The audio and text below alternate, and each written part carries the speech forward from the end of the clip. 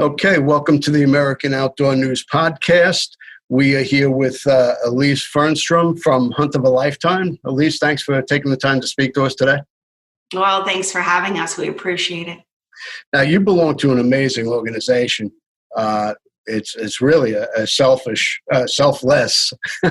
501c3. Can you tell us a little bit about first tell us a little bit about the organization itself. Okay, so the organization, we start actually with a story, and this always starts with a story, doesn't it? Yeah. So this organization was born due to the president's stepson.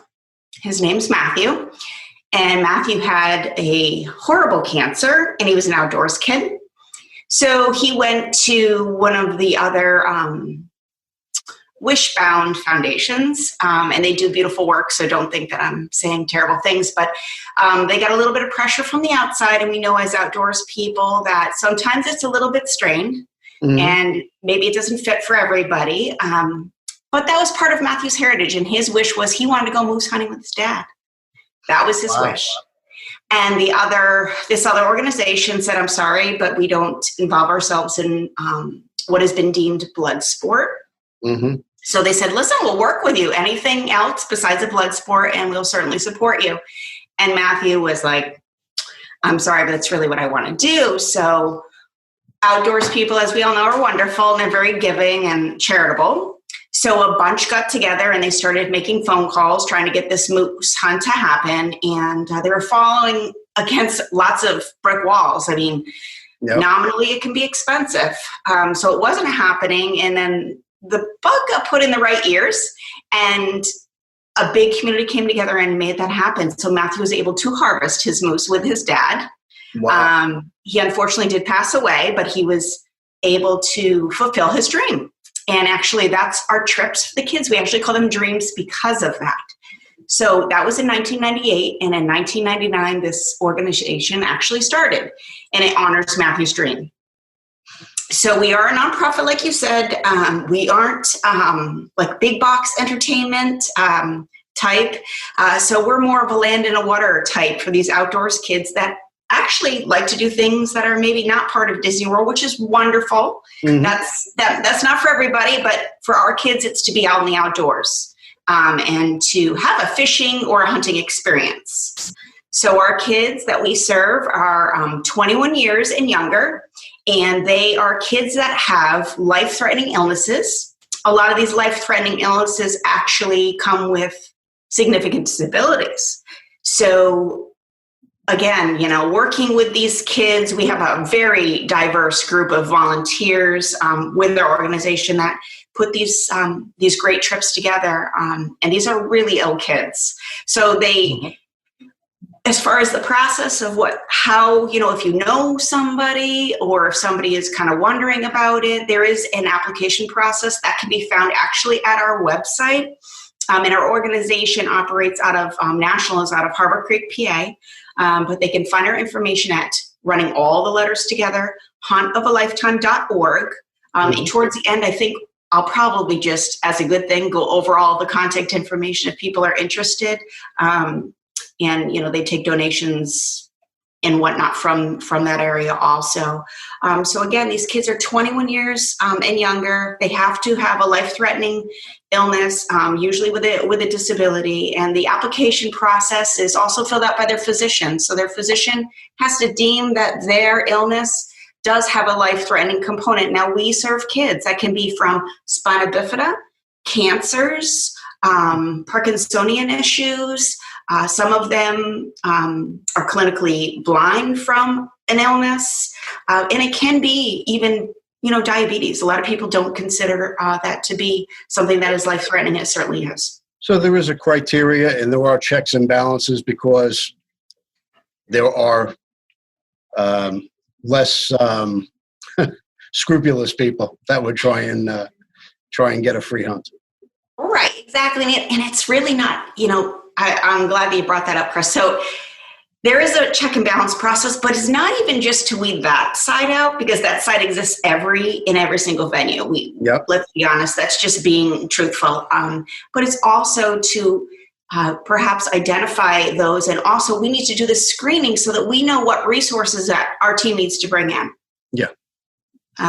So these children, they will, on that application, never mind the medical information and all of the information that parents fill out as far as the geographics and whatnot.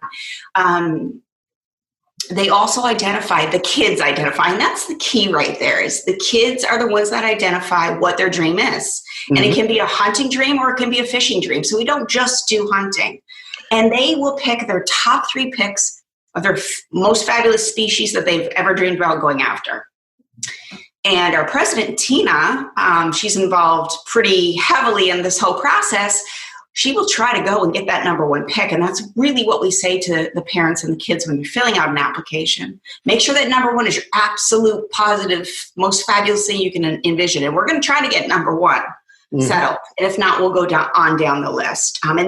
And these dreams, again, some of these kids, their weapons could be a rod, it could be a rifle, it could be a bow, a compound, or a crossbow. And the key to this is these are really ill kids. These families have been taxed, not just physically, emotionally. I mean, the resources are tapped out. Critical illness is not a fun situation. No. So these trips and dreams that we put together, they are literally paid from start to finish, not just for the child, but also for that guardian. And the guardian doesn't have to be a parent. It has to be somebody that's 25 years and older. So it could be a cousin that is maybe an outdoors person they have a really tight relationship with. And when I say start to finish, we're really not kidding. We mean not just the outfitter, not just the tag, not just the weapon. We're talking taxidermy to travel all the way through meat processing. And when I say the meat processing, we have great volunteer meat processors that'll do a beautiful job safely. Again, so this protein product isn't going to make their family ill, and it's wrapped nicely and shipped free of charge to that child's house. Wow. So that's the other part that I really, really like is a lot of illnesses kind of strip self-esteem. Yeah. And a lot of these kids are wanting to, let's be serious, they want to give back to their family that is, being so supportive of them. So guess what? They went to Nature's grocery store and they gave their family something to eat, right? Sure. It's good stuff. Now, is there, I'm sorry to interrupt. Oh, you're fine. Is there a nurse or a physician or something along those lines that you require to go along on these hunts? No, we do not. There have been trips or dreams that part of the volunteer network in that area, they did volunteer services. So whereas within our personal group, we do have, not everybody's a medical professional, but we do have medical professionals that do carry that skill set. It is not a requirement. Honestly, these families are pretty well versed in care. I mean, obviously not as a professional medical person, but they're understanding the medications and what is necessary in the treatments and identifying when things go awry. Yeah. So I won't say that it's mandatory. It certainly isn't. But also we do have some volunteers that actually, will kick in that are either paramedics, nurses, or whatnot. It has happened in the past. Now, how has COVID affected these kids going on the trips, people chaperoning? I know a lot of outfitters have shut down for the season or canceled hunts. Or how has that affected you? Just like everybody, it's really affected on such a large level. And like I mentioned to you before, occupationally, I'm a nurse. So I see many different areas and kind of like pieces of this whole puzzle of the COVID thing. And a lot of these kids have severe immunocompromise, which is not a situation that we want to put them in as far as putting them, in danger for contracting something that can maybe wipe out the time, a little piece of time that they were going to have. So we certainly don't want to do harm. So COVID has kind of like squashed a few things and put things on hold a little bit.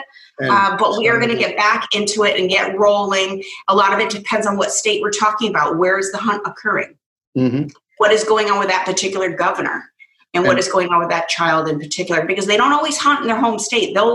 They will travel. But again, there's certain travel bans, so we have to be mindful of that. And it has affected a little bit of when we get out into the community and we meet people as far as spreading our word, because that's very important also. Yeah. And then also looking for some donations and some funding also. All right, so let's talk about that. How do you get your funding and sponsorships for these trips? I know these manufacturers and organizations, they get hit by everybody saying, sponsor me, contribute to me. There's a million organizations out there, and I don't have to tell you. Yeah. How difficult is it for you to get funding for something like this? For me, I would say it would be a hell of a lot easier than some other organizations. But is that true? It is true, and it isn't true all at the same time. I sound like I'm like two conflicting sides. No, not at all. We have a great base of people that know about us, and then we have a great base that we need to get to. So we don't just go to events. We do go to sportsman shows, fisher shows, different types of outdoor organizations that are similar and like-minded. But then again, we do a lot of grassroots research and kind of connecting with people such as that, a lot of word of mouth. And we do have quite the tribe, if you will, of people that assist us with that. Yep. But let's get back to the big companies and things like that. A lot of them are incredibly generous, and we are very blessed. Definitely, because this kind of group of kids, this pulls at your heartstrings. So if somebody can walk away from that, I'm not quite sure where the moral compass is pointed. It's certainly not due north, right? Even if it's a little bit, it's something. Exactly. So we are very, very blessed that we do have some big names that actually stand behind us. And you know what? Some of these guys and girls, right from start to finish, they're like, this is a complete donation. You do what you need with this. And then some of them give us percentages off or whatnot. And every little bit adds up and helps. So I don't know if you're going to get mad at me for mentioning some names, but I love these people. So I think that they're terrific. If they're doing beautiful, good work, I always say, give them a pat on the back, because guess what? They're standing up. Yep. And they're helping these kids. And these items, these kids keep. They're not just renting their weapons. They're taking that home. That's theirs. Yeah. Yeah. So that's good stuff too. So, seriously, Savage Firearms, amazing people, wow. Terrific firearms. They're a really big supporter of us. Barnett Crossbows, because some of these kids, again, some of them can't pull back a compound bow, but they're a bow hunter. Yep. Wildlife Research Centers, they do a lot with us. Friends of the NRA, Noiser Bullets, Tacticam, actually, we just kind of connected with them as far as allowing those kids to do some self-filming, which is important. Good people there. Yes, it's a great group of people. And again, it's, outdoors people, we all know each other, we connect beautifully, and it's pretty easy sell. You'd be really surprised once we tell people that, yes, we are a nonprofit. And we're very proud to be able to say that an average of 96% of donations go directly to the kids. Yeah. We don't have a lot of administrative costs. We have a little bit of costs. Everybody's got to have it, because guess what? The IRS tells you that this is what you need for a platform to operate with that nonprofit status. Yeah, so you were saying earlier that 96% of all funds generated goes towards the kids. That is... It's a huge average, right? It fluctuates here and there, but it's pretty big. And again, you have expenses as an organization that are going up, but you have, I'm not even going to mention names. By law, they only give 3%, 4%, 5%. Come on, what are they doing with all that money? Oh, wouldn't we like to know that? I know what they're doing. Well, like I said, again, we do have to have some of that within, the federal guidelines, and they're more like stipends. I really don't want to call it anything close to a salary, because honestly, you could not survive on the money that these. Not in the Northeast, anyway. No, there's no way that you could. So again, we have to do that just because that's a legal prerequisite. So we have to follow the legal side of it. But getting back to our staff, so we have a board of directors. They're not paid. We have an advisory board And then again, you were asking me, so like, where is this group? Well, this group has got a national umbrella. So every single state actually has what we call the main lead person in that state, which is deemed an ambassador. Okay. So the ambassadors are national and, believe it or not, international. We do have Canadian ambassadors, and we do have a New Zealand ambassador last time I checked. Yes. So the ambassador's role is we are kind of like the face of whatever state we're representing, the main go-to person in that state. So we, have resources, we connect with the other outdoor people, but then we also do a lot of recruitment, not just of committee members, because we do have assistive volunteers that are called committee members. And those people are the ones that are grassroots with us. They're going to events. They're interacting with the people in our crowd. They're also interacting people outside of these events. So perhaps they're going out and spreading the word somewhere else, just to people on the street. Tell them about Hunt of a Lifetime. Tell them that we exist. Mm-hmm. And then generally, again, the ambassador is more of a leadership role. We also, with me in the medical field, I try to activate all of my medical resources. So I'll go and I'll talk to social workers in the hospitals. Not just in Connecticut, because that's where I live, but I'm also Massachusetts ambassador. So I'll go into there and make those contacts, because at the end of the day, our primary cause, why we're here, is to identify kids for the dreams. Yep. Yeah, fundraising is great, but guess what? If you don't have the kids to fill the dreams, what's your mission? So, personally, I had flown down to Texas for a similar organization to guide a hunt. And it was not a non-for-profit. This woman actually paid for everything out of her pocket. And it was probably one of the most gratifying hunts that I've been on. And I didn't shoot anything.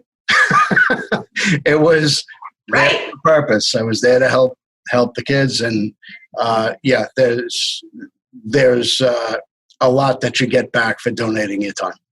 Oh, absolutely. It's, again, that's heart pay is what I call it. Heck with the rest of the stuff. You can make money doing anything. This is heart pay, and you don't get heart pay everywhere. So getting back to the kids, and because it's all about the kids anyway. Yep. So some people always ask me the question, so Elise, what exactly do you do when you're approached by somebody that is maybe not for outdoor activities, or if you want to call them and deem them blood sports? And this is, in my nicest nurse voice, this is what I usually would say to them. Listen, we don't know the time they have here.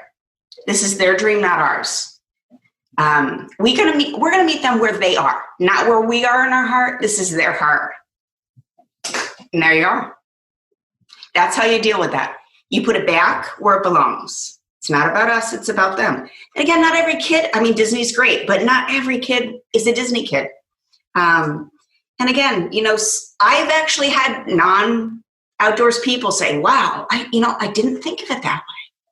And I'm like, well, this could be the last request. Why wouldn't we honor that? That to me, that would be absolute crazy. It's their moment to have their moment in the sun. Give them some dignity, give them some self-worth.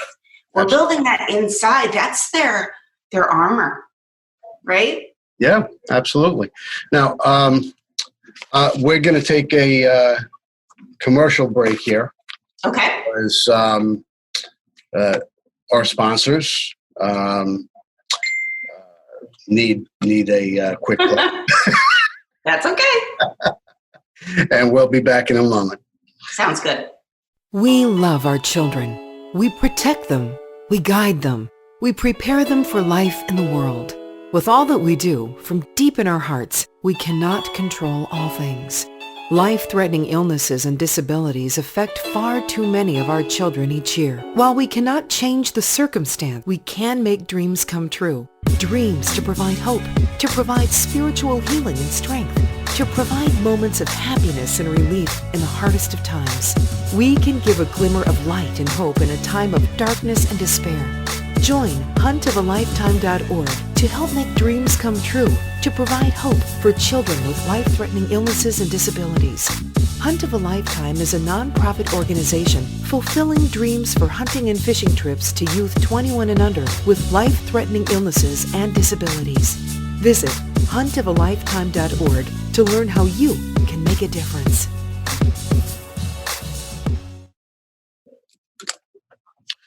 Okay, we're back, and we have a lot of ground that we have covered so far about this fantastic organization. Hunt of a Lifetime is exactly what it is, and we'll get right back into fundraising. I know right now you have a raffle going on that is was not affected by COVID. Tell us a little bit about this raffle.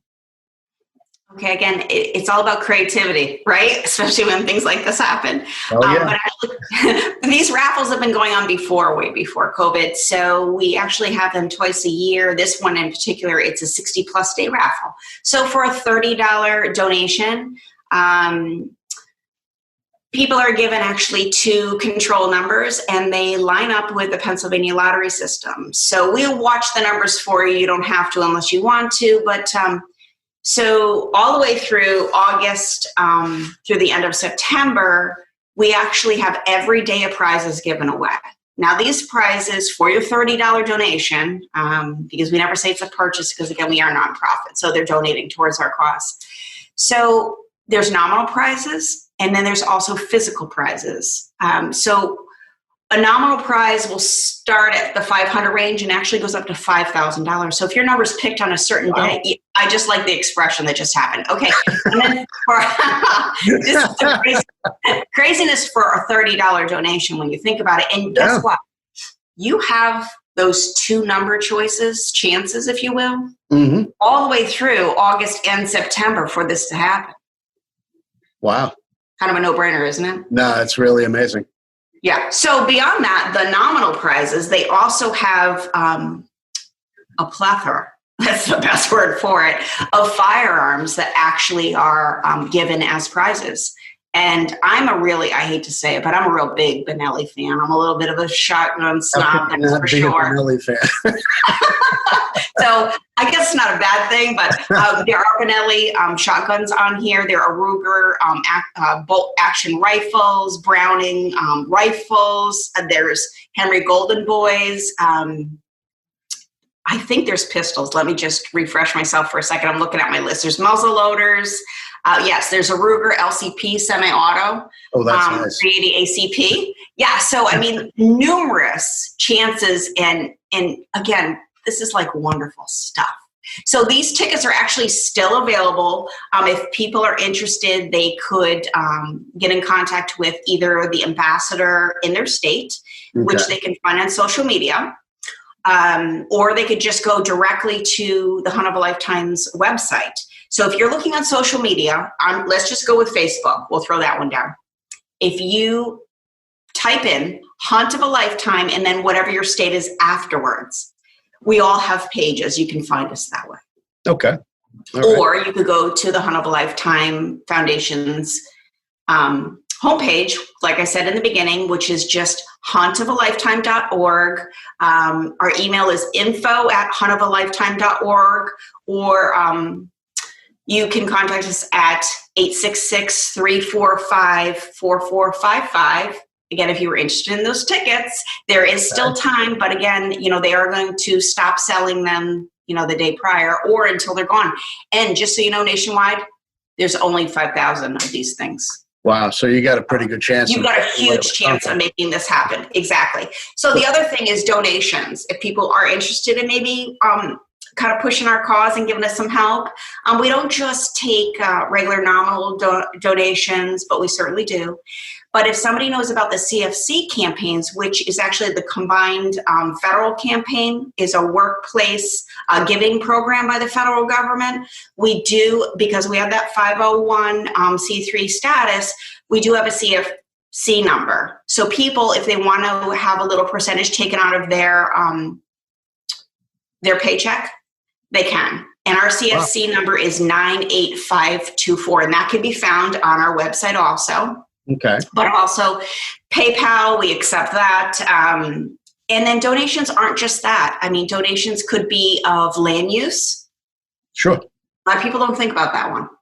Or let's just say you don't have all that kind of money, but you might have some frequent flyer miles. Guess who would love them?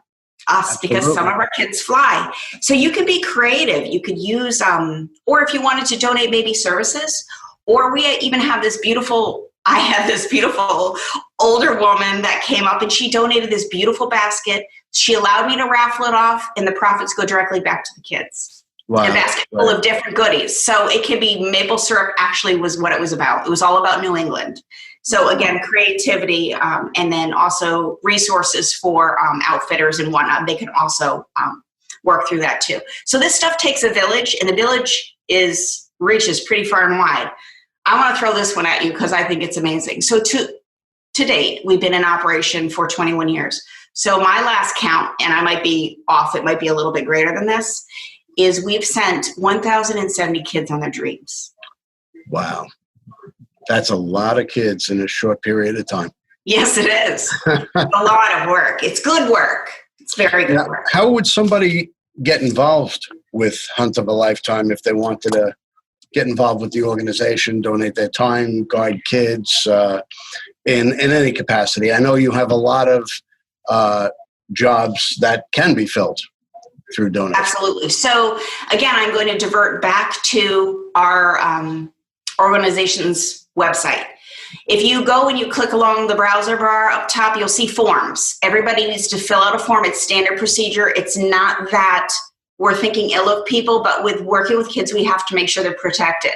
So there are references that are required because, again, we want to make sure everybody's safe. So that would be on file. So you'll find all those forms right on the huntofalifetime.org website, and they're downloadable along even with the youth form for a hunt or anybody that wants to donate services. Or like I said, either speak to nationals or contact your state's ambassador, and we'll help you along in the process. Great. Is there anything that we didn't cover?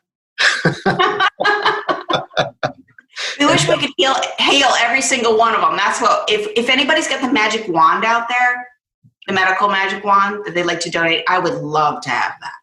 Is there any upcoming events that you're involved with that people should know about?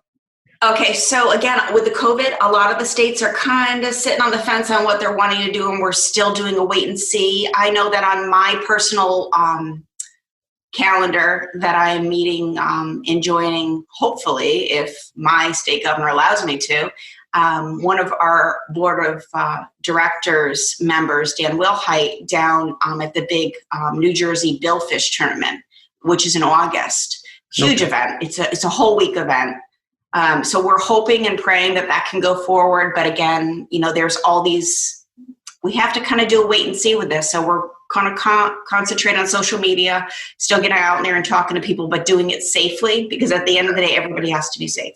Yeah, I have a governor like that too. I'm in New York. So hopefully by the time that Santa comes and goes, maybe we can get back to like all those big outdoor shows that we have been working with. But the other thing is, like I said to you before, Chris, if people are wondering what is happening in their area, you can either go to the Hunt of a Lifetime page and click on events, because we do have a tab there, or go to, again, a social media. I know a lot of the other ambassadors, not just myself, we keep a list of events. So if you're wanting to follow us in particular, go ahead on our, for me, it would be Hunt of a Lifetime, Connecticut and Massachusetts, and look and see what we have in the pipeline, what will be happening and what is tentative. I mean, everything's tentative at this point. Okay. Oh, great. I appreciate your time. Thank you for sitting down with me today and speaking to us about this amazing organization. Your time and your work with the organization is so much appreciated. No, we really appreciate you helping for us to get the word out. And again, if you happen to know somebody, tell them about it. If they happen to know of maybe a kid that might be prospective, send them our way. Let's make that dream happen. Let's put a smile on their face. It's the least we can do. Okay. Thanks again. And We'll speak to you soon.